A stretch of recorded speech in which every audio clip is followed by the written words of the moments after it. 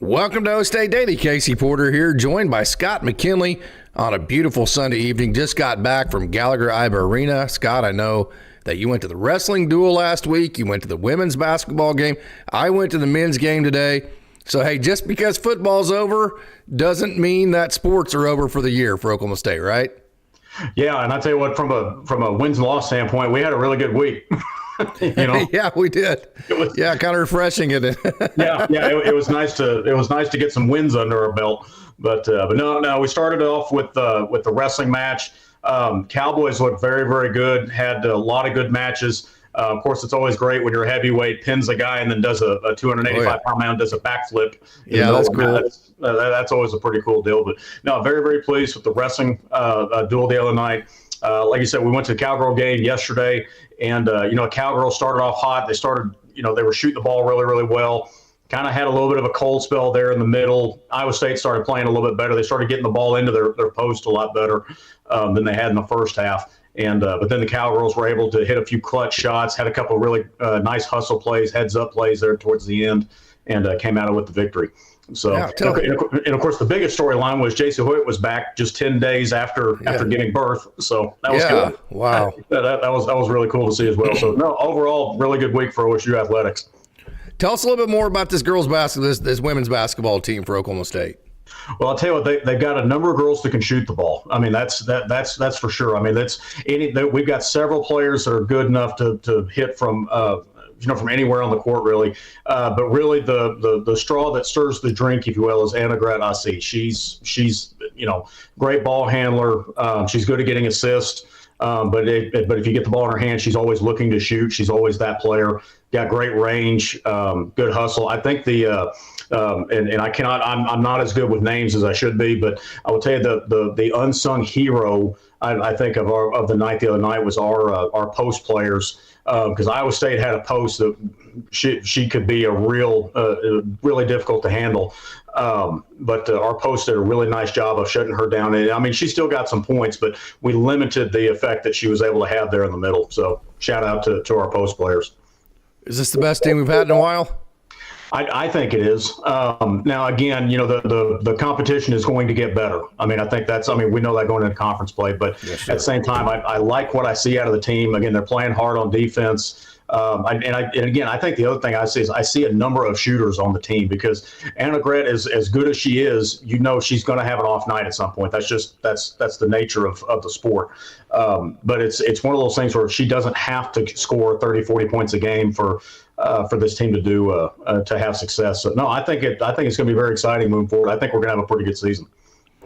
Absolutely. So hey, the men's basketball team, it was a little bit shaky there for a while. Oral Roberts was just absolutely on fire from behind the arc. I think some of that had to do with the exterior defense for the Cowboys. They were not guarding the three-point shot very well in the first half. And because of that, Oral Roberts was able to make some shots. And then also OSU only had one assist in the first half. I think Khalil Brantley, Jamyron Keller, I think it's very encouraging. He is really stepping his game up. And congratulations to Bryce Thompson, who hit the 1,000-point mark today. That was really cool to see that. Bryce, I got to see him all the way back. Matter of fact, I got to broadcast his state championship game at Booker T on the NFHS network. So that was really cool. Him and the Boone brothers there that day were both there, the Boone brothers, for Tulsa Memorial. But I like the fact that Jamyron Keller, he came right off the bat, hit a three, like right off the bat, and then that kind of got his offensive game going. But I'll say this, Khalil Brantley and Arturo Dean, both very fast. They like to steal the ball on defense and go back the other way and turn defense into offense. But one assist, I believe it was, in the first half. Those guys are great at getting to the bucket, but I think we need to get to the bucket and kick a little bit more to open shooters. I think this team has some guys that can hit shots. Obviously, Marcellus can hit shot. Marcellus Avery, Chi can hit a bunch of three-pointers. He's probably the best three-point shooter on the team. But I think there's 3 or 4 guys that if we, with Dean and Brantley, the way that they can penetrate, I think there's 3 or 4 guys that could spot up and shoot too if they would concentrate on that a little bit more. Yeah. I feel like with this team that there's a number of pieces that are good that we have that we can work with. It's just how we're going to have to get all those pieces to work together and be able to come together to form an identity and form a complete game. Because we've been winning, but again, we know the competition is about to kick up quite a bit. So, but there are pieces of this team that I really think are good. Again, the thing that I think I really love most about this team, though, is that they're hustling on defense. They are. They're hitting the free throws for the most part. I don't know what the stats were from today, but we had our. They shot 19 free throws in the first half, and they made, I believe, 16 of them. Yeah, I didn't keep track in the second half, but they did a really good job. Yeah. Well, I know there for a while. I mean, we had shot, I don't know how many more free throws than Oral Roberts had, but I mean those. It was like 19-3 or something like that. Yeah. Yeah. It was quite a bit. And that's the thing I look at with basketball is, you know what, that doesn't make ESPN's top 10. Sure, but it wins. But that wins you ball games. Absolutely, and that's the kind of stuff that I really like seeing out of this team.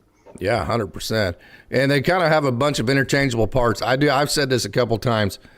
Watching it, man, they need to do something with college basketball because it is just hard to watch. Because I mean, like, unless you're just totally invested in the teams you're watching, you get 10 timeouts total between the two teams. You have a timeout at the 16, 12, 8, and 4. And then you have these styles now for the last 25, 30 years. Drive to the bucket, get fouled, shoot free throws, like we saw all day long today. So it's like the ball's in play for like 20 seconds and the whistle blows. Ball's in play for 20 seconds, whistle blows. And it just burns your eyes to watch. I mean, I'm not saying this is an Oklahoma State basketball issue. This is just the way the game is played now. But college basketball, Scott, is just almost impossible to watch right now. Yeah, I agree. I don't, and I can't point to a specific rule change or philosophy change or anything that had caused that, but I totally agree with you because it's just not, it is not as entertaining, I feel like, as it was 15 it's terrible. It's just not, it's hard for anybody to get into a rhythm. Of course, I mean, I've said for years, there are too many timelouts in a basketball game. And plus, way too many. Yeah. And plus now you throw in that you're going to have a handful of replays and it just gets even worse. So, I mean, obviously, I'll be honest with you. I watch every OSU game that I can. I watch it. And if I can, I'm going to be there. But as far as just turning on a college basketball game to watch as a fan, just it's hard, man. Man, it's hard. I'll watch any college football game you got out there. I'll watch college baseball. I'll watch college softball. But basketball is just it's hard to get involved in it if it's not your team, as you said. Yeah, and especially here's the biggest problem I got. So, like, one of the things that really drew you in is that, like, you really got attached to Big Country. You got attached to Joey Graham. You got attached to Tony Allen. Randy Rutherford was bigger than life. Matt Clark, Lorenzo Andrews, Bill Self, Joe Atkinson, Richard Dumas, John Starks, all these guys, right? I mean, they were like your heroes, okay? Or even if you were a little bit older when they came through, it's like you were really attached to them. So another problem you have is not only is just the structure of the game hard to watch, just because it's drive to the bucket. So, for instance, today, Oklahoma State, points in the paint. Oklahoma State had 42 points in the paint. They outscored Oral Roberts by 20 points and points in the paint. Field goals, there were 26 field goals total for Oklahoma State, and Oklahoma State shot 39 free throws. And then Oral Roberts shot 18. So that's 57 free throws in a game that's 40 minutes long, okay? Yeah. Then you have a timeout every 4 minutes. Then each team gets 5 timeouts.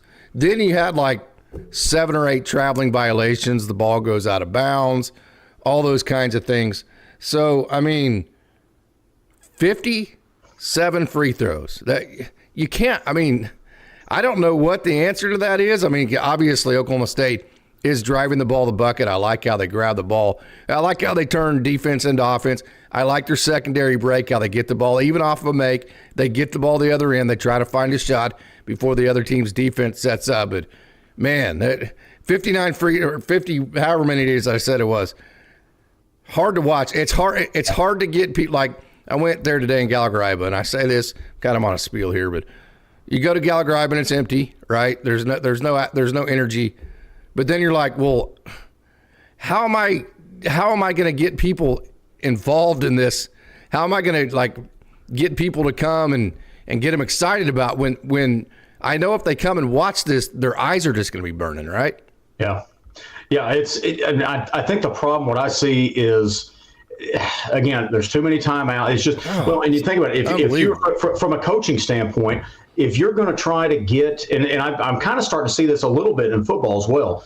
If you're predicating your offense on having tempo and momentum and all those kind of things, guys, that could be stopped by a replay at any time. It could be stopped by another timeout. It's stopped by free throws. I mean, because you think about it, even if we start to get into a rhythm and we drive and they foul us, okay, yeah, obviously we want. I mean that's a good thing for us. Yeah.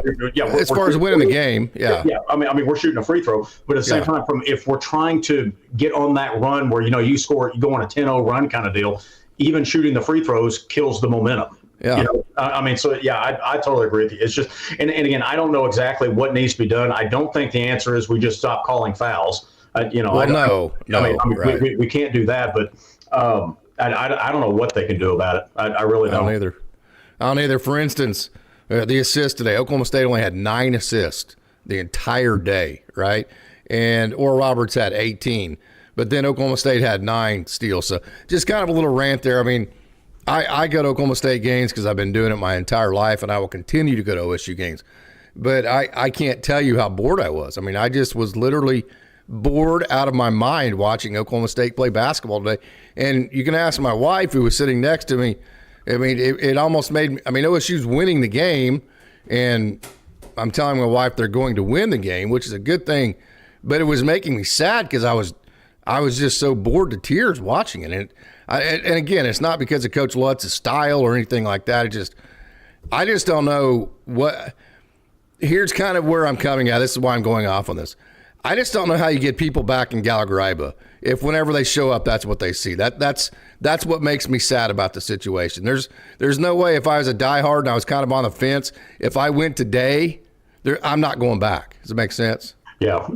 I mean, obviously, if we could get on some type of sustained winning streak, that would be fantastic. That would do it. Yeah. But at the same time, it's just not. Of course, I mean, and this is kind of a trend across the greater landscape of college basketball. I think one, that every game is on television. Every single game's on television. The other thing, and we all know this is true, that you're now competing for people's eyeballs from an entertainment standpoint. There's a whole lot more options out there. I just think it's going to be, I think broadly across college basketball, it's going to be hard to get back to what it was, 10, 15 years ago, where it was, and the other thing to me is, even if I'm just watching on TV, I love a good atmosphere. Man, I remember, I used to love watching Duke UNC just because you knew there were going to be fireworks. I could care less who won, but man, just seeing a good atmosphere when the crowd's in there, it almost could come through the television and get you fired up too about a game that you really didn't care about the outcome. But I haven't had that feeling in quite a while with college basketball. Now, one more Benny rant here too, because every time that they reduce the shot clock, it makes it worse. And this isn't get off my lawn old guy type stuff. I'm getting ready to explain what I mean by that. What coaches have figured out is if you put just a little bit of a soft full court pressure on the defense, right? And you force the defense to take 9 seconds to get it across half court, right? And then it's another 5 or 6 seconds for them actually to get into their set, okay? So that's what Oklahoma State does. I mean, Coach Lutz is brilliant. So he puts on a soft press. He's not trying to turn over the other team. He's not trying to do anything other than make them take 9 seconds to get the ball across half court, okay? Then make them take another 5 seconds to get into their offense. So now we're 14 or 15 seconds into the shot clock. And now, basically, after about 2 or 3 passes, that team's out of time, right? Yeah. And so now they're trying to have to just run to the bucket. They're trying. So to be honest with you, I know a lot of college fans want the shot clock reduced. But that actually, to me, has made it a worse product because it's made it to where teams can't even run offense on the other end after teams press. Yeah. You end up, you're just running around. You're going to see somebody on offense. You're going to have to force a shot up, because like I said, because they don't have any time. I mean, to me, and maybe this is just me, but I've never thought watching a team run a good half-court offense, that's not boring, guys. To me, it's not. To me, that's a whole lot of fun. Watch a pick, you can see the play develop. It's no different like we see in football. Kickoff returns are great, but I also love it when you can see, oh man, you see the guy block the guy to kick on a kick out block, and he springs the running back loose. That's fun to watch too. So yeah, I'm with you. We got to get back to where the game was 20 years ago, and I agree with you. I don't know how we're going to do that. Yeah. Hey, Oklahoma State has some nice pieces on basketball. I like the young freshman, the big dude down low, Vukovic. I think he has a nice touch. I think if he came into the program 30 years ago, Oklahoma State fans would be super pumped about this guy, right?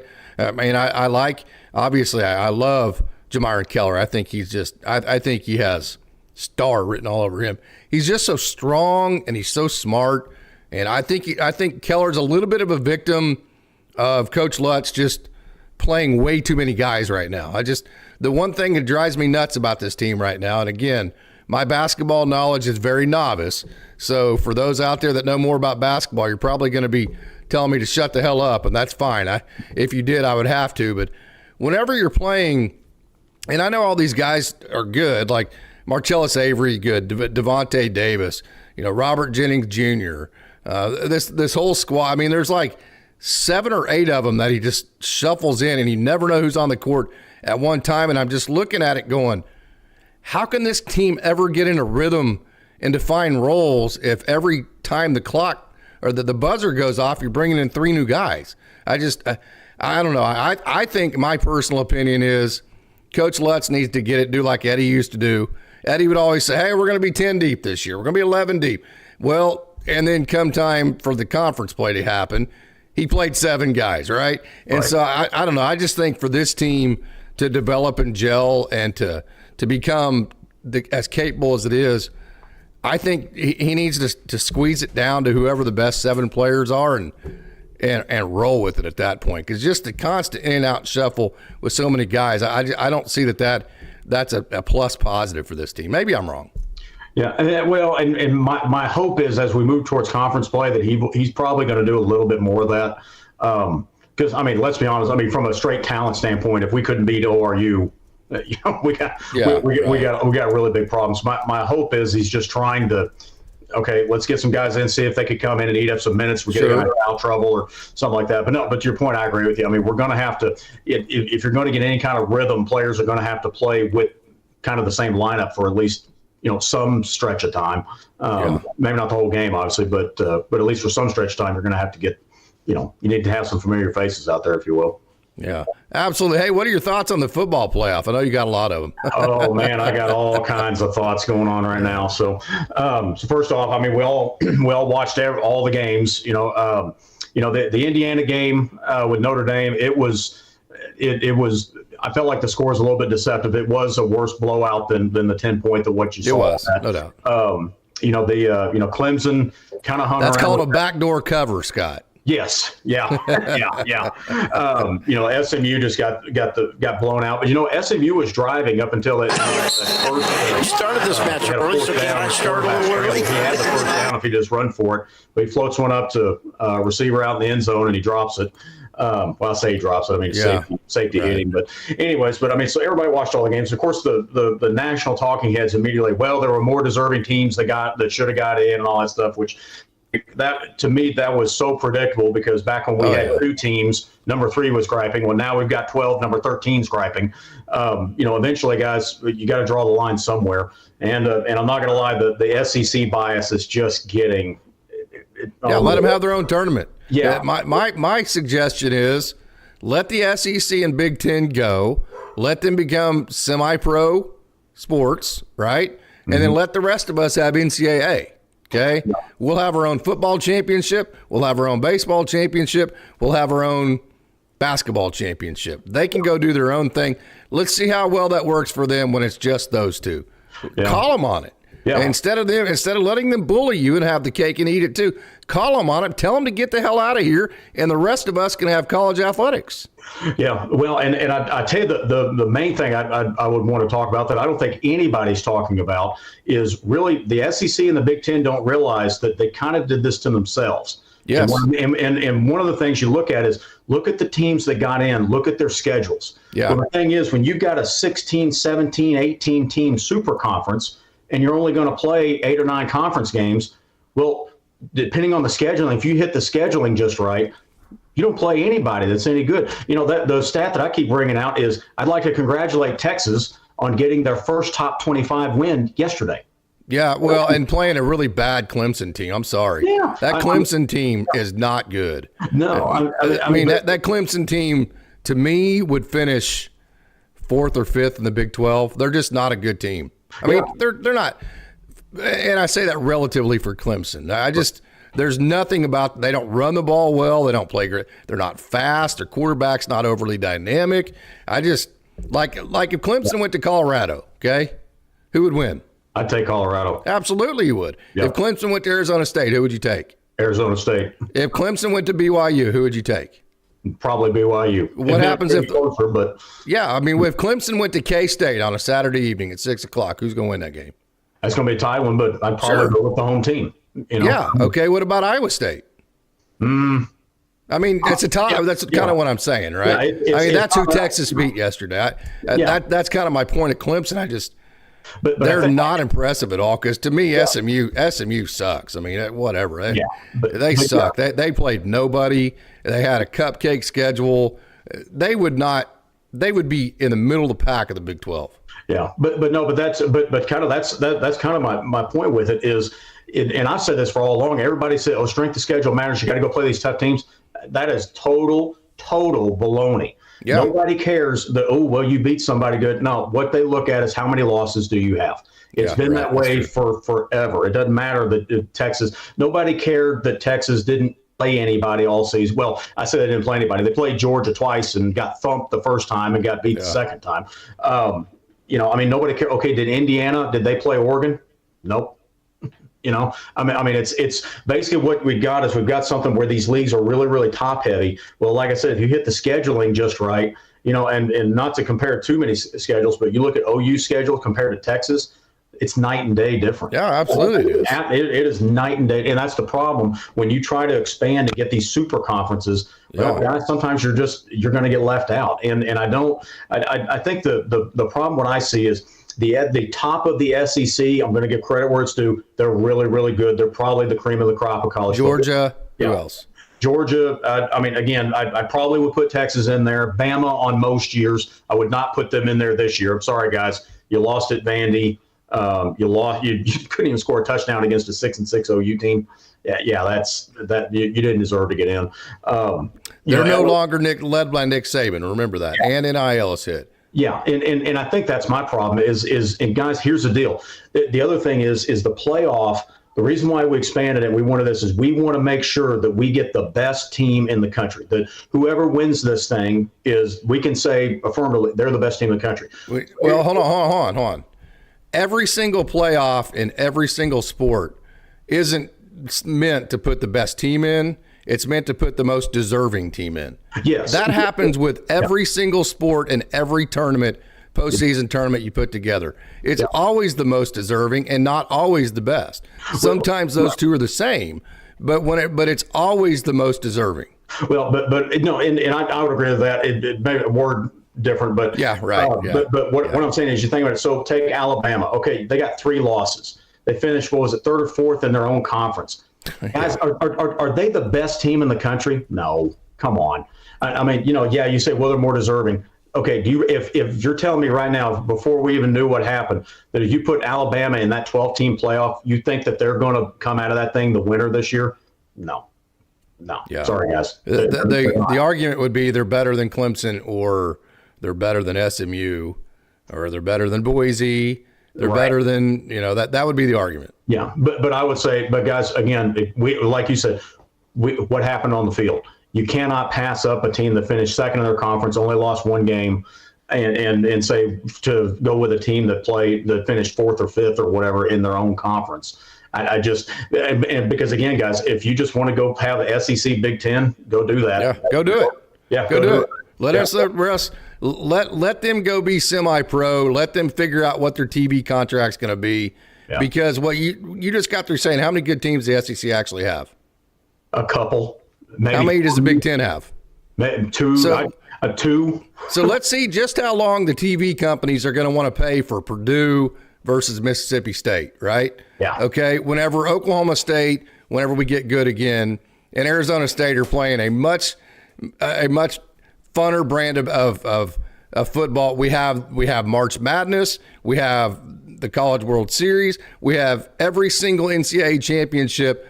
All they have is themselves. Okay. So yes, whenever you first break it off, ESPN might be trying to pump this thing up to whatever, but there's no way there would be any lasting power to it. All the rest of the other teams have to do is stay united together. They have to get with Fox. They've got to get with TNT. They got to get with Netflix. They got to do whatever they have to do. And the rest of the whole entire NCAA would kick the SEC and Big Ten's ass in terms of money over a long run. It wouldn't even be close. Yeah, and that's the thing. And part of it, I mean, let's be honest. The reason why they're doing this, it's all about dollars. ESPN's got the contract with SEC. They want to promote SEC as much as they can. And I just don't. And we're letting them do it. Yeah. We're playing their game. We're saying, okay, well, just please let us have one team in, please. I mean, please let us have Arizona State in while you guys get to go make all the money, please. I mean, screw that. That's what I'm saying. In part of this, I'm going to get probably a little deeper. This is more philosophical than most would say. I love it. But to me, the thing with sports is at the base, the core of sports is that it's something money shouldn't be able to buy. You can't buy the championship. You got to go earn it on the field. It doesn't matter if you're rich. It doesn't matter if you're poor. Good point, Scott. That's the way this should be. And you know what? I mean, I get it. The reason why a lot of these teams are considered good is because they got a lot more money. But that doesn't mean that the other team that doesn't have as much money shouldn't get their shot. And I think that's my deal. Okay, Indiana got their shot. SMU got their shot. They did. They had a bad day. So did Tennessee, guys. I mean, Tennessee got absolutely annihilated. So did Alabama against OU. Yes, I mean, and I guess that's my deal. Is guys, look, what happened on the field? I don't care what Alabama did 10 years ago. And again, and I think that's a frustration coming from the other 90% of fans in the country. That okay, guys, quit looking just at the logo. Quit looking the preseason rankings, guys. Sure. My gosh, if we all agree, Florida State would have been in this thing. We all agree. It just that is a frustration out of the rest of everybody else in college football. And I agree with you. I think the thing is, if the rest. So is that ever going to get better, or is that going to get worse? I mean, is that bias ever going to go away? I don't think the bias is ever going to go away. What I could see happening, I'm not saying this is going to happen, but what I could see happening is kind of like almost kind of what you just articulated, to where it grows to a certain point, to where you reach a breaking point, to where guys, you're just putting in a bunch of SEC teams. This isn't. Yes, this isn't. That's exactly. I was hoping they put all SEC teams in. I was hoping Indiana and SMU got screwed, and then you could say, well, there's like Boise State and the ACC winner and Arizona State, and then everybody else is Big Ten or SEC, and then we can actually look at it and go, yeah, this does suck. Yeah, that's what I was hoping for. I mean, and I guess the other way I'd look at it is, guys, we already know who the best team in the SEC is. You know why? They had an SEC championship. Yeah, absolutely. we don't need to know. What we want to know now is who's the best team in the country. And again, you should get them because you deserve it. You won your conference. You had a record, all that kind of stuff. I'm not saying strength of schedule shouldn't matter, but at the same time, guys, okay, so you played the toughest schedule, but you didn't win. I mean that's it all comes down to who wins and who doesn't. And I like I said, I had never bought into the notion that you have to play a tough strength of schedule. Nobody cares that, you beat somebody. It just like, I'll give you a prime example. OSU is going to play Oregon next year. Probably not. I mean, again, hope we win, hope good things happen.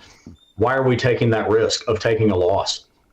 You know what I mean? Don't take the risk of taking an L, because you're not going to get credit for it at the end. All they're going to look at is how many losses you've got next to your name. At the end, at the end of the day, that's what they have always looked at, and I don't see that changing anytime soon.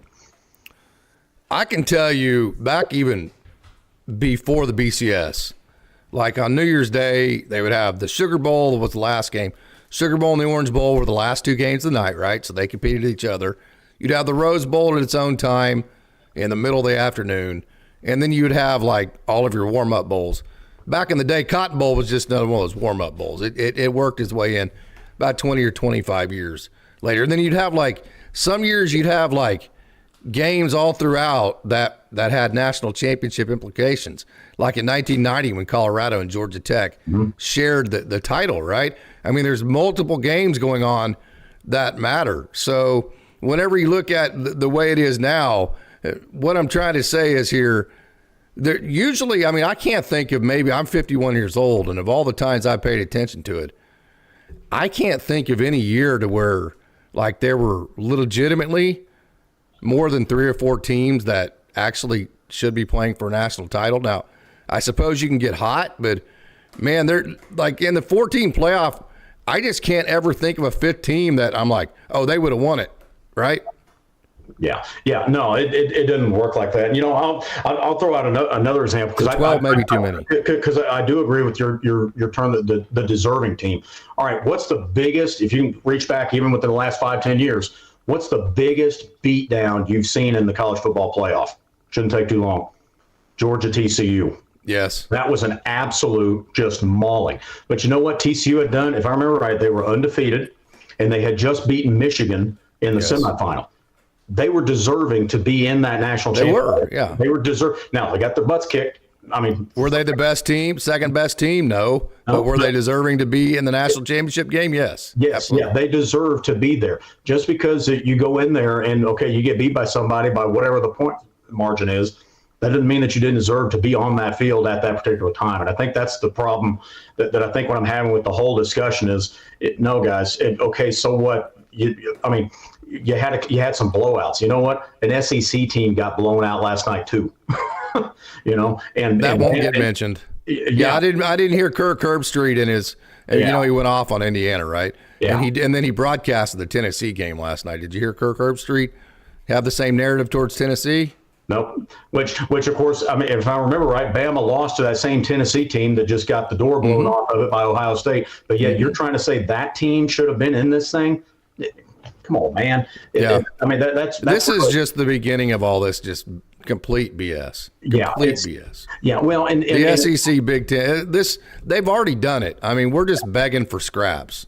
Yeah, well, and one of the things I think that I've been interested in is one of the things that's been great about college football. I think when we go back to when we just had the bowl system, even the BCS where you had the 2 teams, whatever, is we could talk about it, you could argue about it. You had this guy had this point about this team, this guy had this point about this team. Would the playoff change that? It hadn't changed that at all. No, we're still doing the exact same things, and we're trying to create controversy because ESPN has an agenda. They want the SEC to be really good, and so that way they can make more money. And I think the problem I see is I got no problem with anybody having an opinion on anything. I mean, it's an opinion, sure. Right? But I think the problem, what I'm starting to see is, guys, the only reason why you have that opinion is because it's financially advantageous for you to have it. Why do you think they still have the conference championships when they probably shouldn't right now? Yeah, no doubt. But of course, I'm hoping OSU is going to get back up there to that level very quickly. But we got a ways to go. Yeah, we do. Okay, so what were the blow? Okay, so you had Tennessee, Indiana, SMU. Okay, those 3 were all road teams, right? Yep. So here's another thing that's going to happen: these underdog type SMU type teams, all those type of situations. And we saw it even with Tennessee. They're always going to be on the road, right? In a just jazzed up playoff environment. And we know in football, not as much in other sports, but in football, having the home field advantage is absolutely gigantically huge, right? So there's another part of it is they're going to be creating a narrative based off of a unfair set of circumstances for the simple fact that unless you win your conference, you're going to be probably, if it comes up to any kind of at-large decision, the helmet sticker is going to matter, and the helmet sticker is always going to have the home field advantage. Yeah, and I think that's the other thing is you took these teams that, okay, they're the underdog deservedly, and now you're just making it even tougher by having to go into a really, really tough environment. And adding to your narrative. Yes. Yeah. And then they didn't deserve to be here. Yeah, right. Okay. I mean, it's like you're putting them behind the 8 ball to begin with, and then they don't deserve it. Oh, come on, man. And yeah, I don't know. I think that whole deal yesterday, with the tweeting by Lane Kiffin, with Herbstreit's comments, it's just, guys, come on.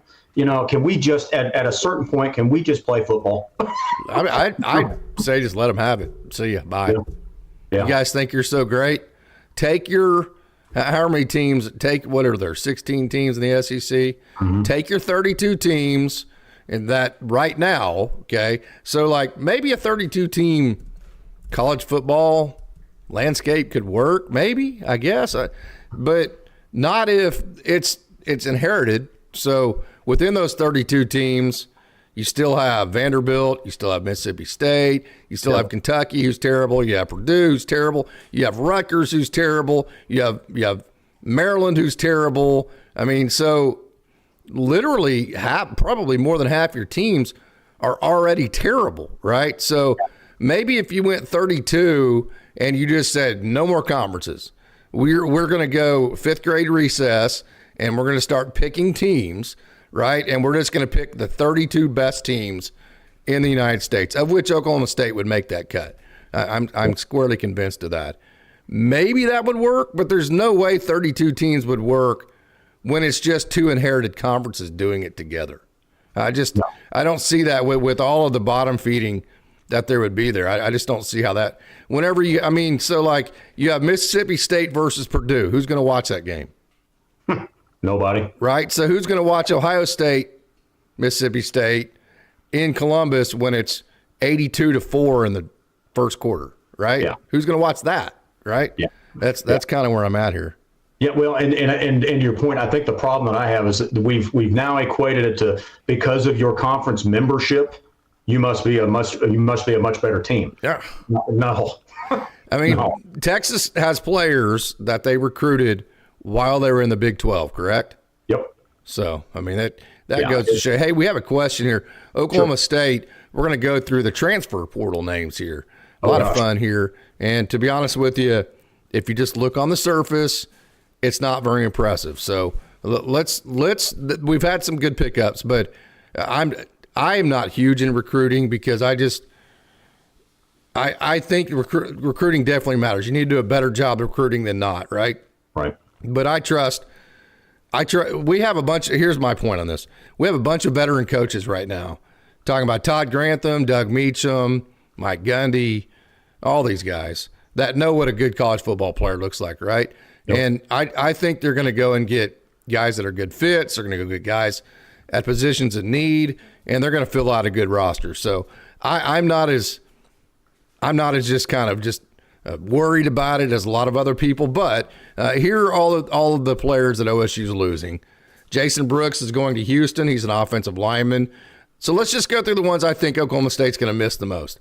Lyric Rawls, he's okay. I mean, he's an okay safety, but trust me, they'll find a guy that's as good or better than Lyric Rawls. Isaiah Glass, they will replace Isaiah Glass. He's the one who came to Oklahoma State from Arizona State last year in the transfer. Hudson Cock, the punter. Okay, well, Oklahoma State already got New Mexico State's punter, and so that's already been done.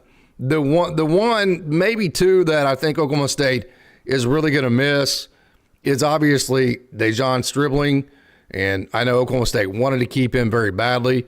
I got a lot of questions whenever I put out on the last game that, hey, this is the last time that Dejon Stribling is going to be on Boone Pickens, and everybody's like, what are you talking about? He's just a junior, this and that. My comment was, I'm going to say it again. This is Dejon Stribling's last game at Boone Pickens Stadium, and he is good. We will miss Dejon Stribling, but I do, if there is a position that we could absorb. So here's kind of what's exciting about that. I think Dejon Stribling is the player we're going to miss the most, but it's at the position that we can absorb it the most too. Does it make sense? Yeah. No, I again would love to have kept the kid, but at the same time, I don't think that's it's That's a position that it doesn't really necessarily hurt us as bad. Now, if one of our quarterbacks decided to enter the portal, that would concern me a little bit more. Yeah. One thought I did have with the portal is, I've stated on record, people will always try to say, well, you can't go by the star rating. You got to. Okay, guys, the teams that are winning national championships, they're getting the 4 and 5 star recruits. That's the truth. Mm-hmm. But what I do think is going to shift in college football, though, is when you look at these portal entries that are coming into Oklahoma State. Okay, basically these rating agencies, back when they were just recruiting high school kids, they had about this many kids they had to really evaluate to where they could hone in. Absolutely. Good point, Scott. Now, my gosh, how many? You can't keep up with it. Good point. Yeah, you can't come up. You're not going to be able to evaluate in depth that many kids. And the other thing is okay, just because the kid went somewhere first out of high school these days doesn't necessarily mean that he wasn't a good pickup. Because the other thing we're looking at is even take the big time program, the Blue Bloods, they're not taking as many kids as they once did. Right, because they're doing the not high school at all. Yeah, that's what. Yeah, sorry, I should have clarified. Yeah, not out of high school. They're not taking as many kids as they once did either. So just because a kid had to go to a lower level school doesn't necessarily mean that he was that bad of a player coming out of high school. He just didn't quite make the cut for the big time program out of high school. Now again, have I been overwhelmed with the portal guys that we've got coming in? No, but at the same time, to your point, if there's one thing that Mike Gundy has proven he's good at, he's pretty good at evaluating talent and seeing how guys are going to fit in a program. And he's got some pretty veteran guys on the staff now to look at. So at least to start with, I'm going to choose to be the optimist as opposed to being the pessimist on it, at least at this point. So here are the schools we've lost to. We're going to get to Kendall Daniels here in just a second. We've lost Jason Brooks to Houston, Lyric Rawls to Kansas. We've lost Isaiah Glass to Vanderbilt. We've lost Hudson Kaku's a punter. I'm not worried about that. But to Auburn, and then Deshaun Stribling to Ole Miss, and then Kendall Daniels has not made up his mind yet. So Kendall Daniels, I don't think he'll be back. I mean, he has not been picked up yet, but he's a guy that I don't think Oklahoma State ever figured out how to get his motor running. And I think part of that is they never could quite figure out the exact type of role that fit him perfectly. And I think he probably leaves OSU feeling a little bit villainized, if you will, and probably rightfully so, because he's taken on a lot of criticism. Yeah, some criticism is fair. I do think that there's some that has been completely unwarranted. I've seen from some folks with him. The thing I think it's been taken too far at times. Yeah, I agree. And too consistent. Like too much. Yeah, and Kendall's kind of a strange case because man, the kid is built like a brick house. The kid's strong as an ox. He's very, very quick. He's a good athlete, pretty smart kid. But like you said, for whatever reason, we just haven't quite got him in the right spot yet. And I don't, and the thing is that we don't know is, Grantham may be talking to him right now and saying, look, this is how I see you fitting with us going forward. That's what I'm saying. That's why I said he hadn't left it. Yeah. Good. Yeah. And that may work going forward. No, because from a pure athleticism, kid's very good, very athletic. Again, he's a pretty smart kid off the field. I'd love to see him come back if we can find a role for him and get him moving a little bit better than what we did in the past. So I wouldn't give up on Kendall Daniels just yet. Yeah. So that's a great point you mentioned about Todd Grantham going to Kendall Daniels, and the reason why you could get a Todd Grantham, despite the fact he was fired at Florida, despite the fact that he was just demoted to an analyst. The reason why it's smart to go get a guy like that, because when he talks to Kendall Daniels, you know what his narrative is going to be, Scott? Hey, I've been in the NFL. I know exactly how you're going to fit in the NFL. I know exactly what your role is going to be as far as being the best version of you to be an NFL player. I know how to make you the most marketable that you can possibly be to NFL teams because I know what skills they're going to want to utilize from you. So that's what I'm going to do with you, Kendall. And Todd Grantham can give him that narrative because you know what? Todd Grantham has been in the NFL. Yep. And so that's not just Kendall Daniels. That's the defensive back from LSU, J.K. Johnson, right? That's all of these guys that are at blue blood programs or wherever they may be. We now have a guy with NFL experience that can literally tell them, I know what the NFL is looking for. I will put you in a situation to where I put you in a role that makes you the most NFL valuable, if you will. Yeah. And sometimes it depends on who's telling you something. I'll be honest. I think coming from Grantham, it's because he's been at the highest levels of football. That message is going to resonate a little bit differently with kids than, let's be honest, Brian Nardo.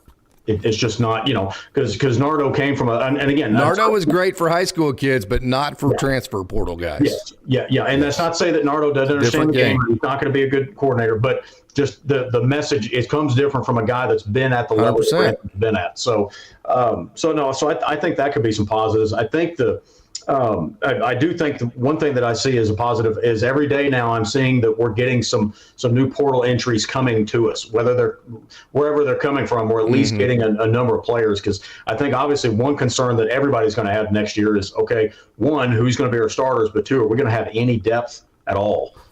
Just because of all the poor, losing guys to graduation, got it to late start, all that kind of stuff. So I think it's, if nothing else, hey, we got some bodies coming in. Yeah. Yeah. So those are the guys, I think the guys we're going to miss the most. Lyric Rawls, Isaiah Glass, Deshaun Stribling, Kendall Daniels. If that's four, I mean, okay. And Kendall Daniels, we have a comment here from Scott, no loss, okay, because his motor doesn't always run, that kind of thing. So really, to me, the only one that so far Oklahoma State has lost, that is a big loss, is Deshaun Stribling. And, of course, you lose Ollie Gordon, you lose all of your seniors that are graduating, that kind of thing. So you lose those guys too. But I kind of say that to say I hear all these people wanting to talk about how rotten the culture is, how terrible everything is, and I keep looking on this board, and the only one that's leaving that I care about is Deshaun Stribling. And, hell, this is his third school, right? So, I mean, and – he's going to an SEC school. He's upgrading. Okay, I don't care what Oklahoma State fans want to – if they can get mad at me if they want, but Ole Miss right now is an upgrade to Oklahoma State. They're in the SEC, and they're a better football program. So what I'm trying to say is I think the way the transfer portal is working right now is kind of showing the opposite of the narrative that Coach Gundy's lost the locker room. I think it's showing the exact opposite. Yeah, and the other thing to me, what it's showing is, you remember a couple of years ago when we had that massive portal exit. I mean, it seems right.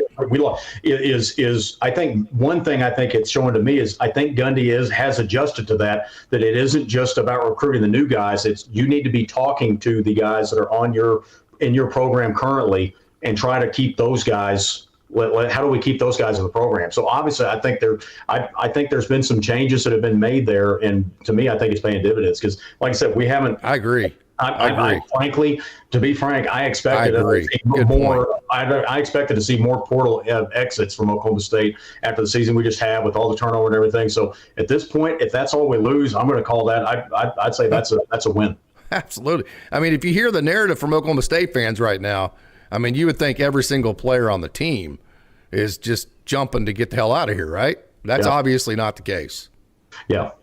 So some of the guys we picked up, I think the headliners are Caleb Hicks, the running back from OU. Super excited about him. You put that dude, Rodney Fields Jr. is one I was worried about, man. I'm just telling you. I was like, dude, I have tagged him, and but I mean, other people need to do this too. We need to show Rodney Fields Jr. some love because that dude's good.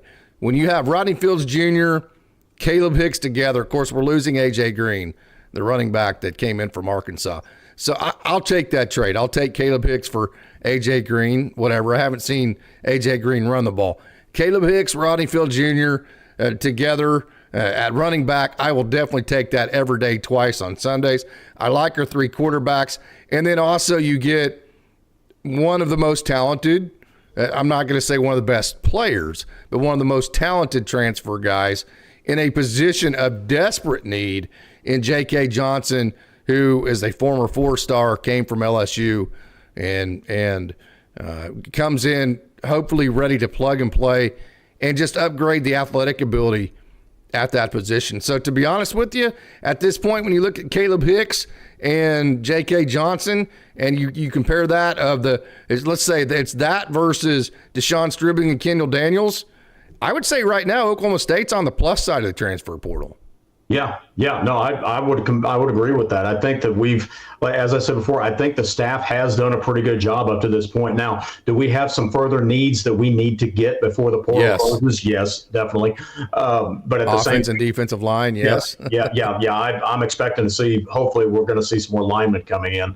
But up to this point, I think we got to be at least pleased with we're making some progress. And again, as the old saying would say, Rome wasn't built in a day, guys. We're not going to just go out and just all of a sudden start killing it and getting all the best players in the country. Mm-hmm. We've got to start somewhere. We've got to start shoring up certain positions. Like we said, what's the goal for next year? Let's get back to being competitive. That's the goal. That's the goal for next year, and I think we're on our way to doing that.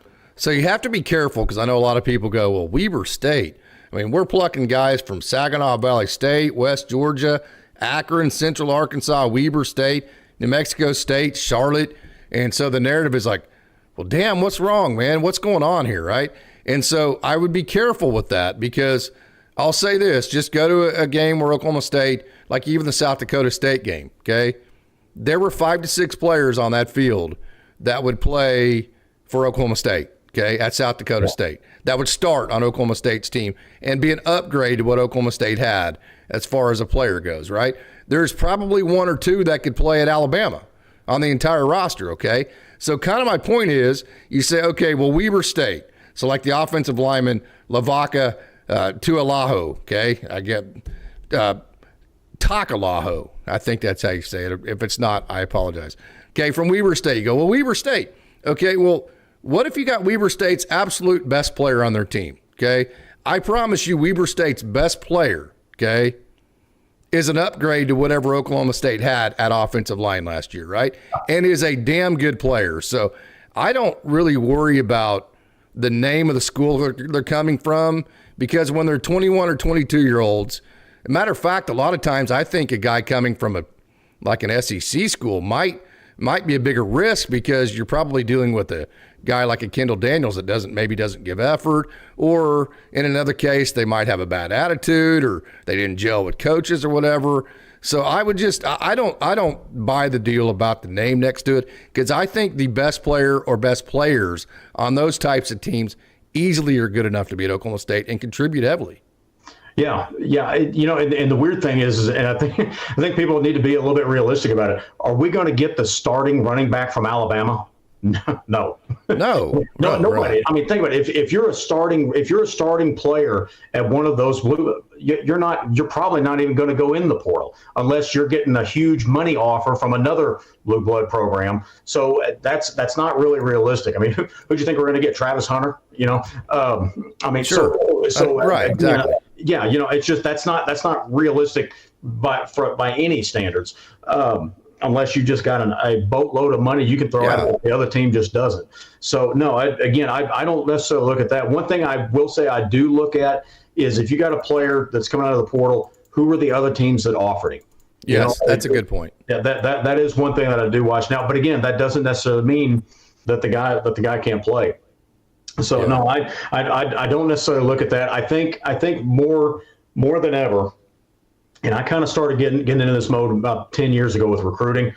I'm going to wait and see what happens, because I've seen more and more players. I feel like they were highly ranked. They didn't quite pan out. But then we see guys that were just totally overlooked, and they ended up being great ball players. So I think to me, with truly judging how did this recruiting go, you got to wait to see what the results are next fall. But then you'll know. Yeah, totally agree. So, yeah, that's the transfer portal news there. And so I think right now, of course, Oklahoma State needs to be way more than just slightly in the positive side of the transfer portal. If they want to be anywhere as close to being able to turn this thing all the way around like we want them to, even in this next year, they're going to have to be way on the positive side of the transfer portal. So here's another thing I'll say, just watching these games, SMU, and even like Tennessee, like the quarterback for Tennessee, I can't pronounce his name right now. Like literally, he looks exactly like Milwaukee Smith. I'm like, what's the difference between that guy and Milwaukee Smith? Like, there's no difference. Like, I see the receivers, and I'm like, well, OSU's receivers can do. I mean, I'm telling you, man, OSU. these teams, there's so much more parity nowadays. Yeah. OSU is so much closer to being every team, not just OSU, but all the OSUs out there are so much closer to being a really good team again. I think they're closer than what fans think. And then also I think you're like that 2 or 3 impact players away from being better than everybody else because there's so much parity. Yeah. No, I do think that there's more parity, and I think for the reasons we already mentioned is, one, it's harder to evaluate. You got now, instead of there being this much of a pool to evaluate, now you got a huge amount of players to evaluate. There's going to be guys that are flying under the radar that nobody's going to pick up on, and you just hope that your coaching staff were the guys that caught it. And again, that kind of takes us full circle back to talking about the playoff. Is while I know it didn't show it, guys, there is more parity out there today than what there has been in the past. Now, at the very, very top, okay, there's some talent differences, right? I'll tell you what, looking forward, the game that I am really hoping, at least for a good showing, is I really want Arizona State to do well against Texas. Even if they don't win, I want them to do well. I'd love to see Arizona State pull that off, but I would love to see that because, again, I think parity is good for the sport. And I think that's the other thing that a lot of people aren't realizing is, guys, we don't want super team that wins all the time. That's not really entertaining. I don't want to walk. I don't want to. I mean, you talk about you Yes. all these blowouts. Well, guys, all you're going to do is if you pump 3 or 4 teams, and every year it's one of those 3 or 4 teams that wins it. At a certain point, people are going to start tuning off. I agree. That's my whole point about let them go. Yeah. So let the 4 or 5 teams that can dominate everything be in the same 4 or 5 teams every year. See how it works out for them. Yeah, it's not a good long-term solution. It's just not. You know why the NFL works at 32 teams? Because they have a system of sharing. Yes. That makes the Buffalo Bills just as likely as the New York Jets or Giants to win it. Right. That's why the NFL works. Yeah, the college football, you can't go to 32 teams, but then make sure that the Buffalo Bills can never beat the New York Giants. Yeah. And so the New York Giants are going to be better than Buffalo every year, and the New York Giants are just going to win every year. And it's already a movie that you've already seen. That's the difference between college and pro. Is pro, they have a parity system in the draft and a sharing system that makes the smaller teams equal to the bigger teams, at least more equal. Yeah. No, I've had that thought. I've had that conversation with many people before. That's the problem that I don't think that's the part in the calculation. I don't think that they've realized. I agree. Is you can't. This is not sustainable long term unless you want to implement some kind of a draft where now all of a sudden there's no recruiting. But if you were the last team in Division I, you get the first pick of whoever is going. Which, I mean, who knows with the way we're going with paying players. Someday that might happen. I'm not saying I don't necessarily want that, but with the way we're going, I could see that happening. Yeah. So kind of my point is, let's say, you had the Yankees and Dodgers. Well, what if it's the Yankees and Dodgers in the World Series, every World Series for the next 5 years? Okay. Yeah. Okay. So it was great this year. It got great ratings. People were ready to see the Yankees and Dodgers first time since 1983, all that kind of thing. That was cool, 2 big markets. But by about the 3rd year in a row that's happened, what will people care? Yeah. They'll be totally bored with it, right? Yeah. That's not fun for anybody. And the other thing that I think they also don't realize is, yes, the big SEC teams, yes, they have large stadiums. They bring in a lot of people. They make a lot of money. I get all that.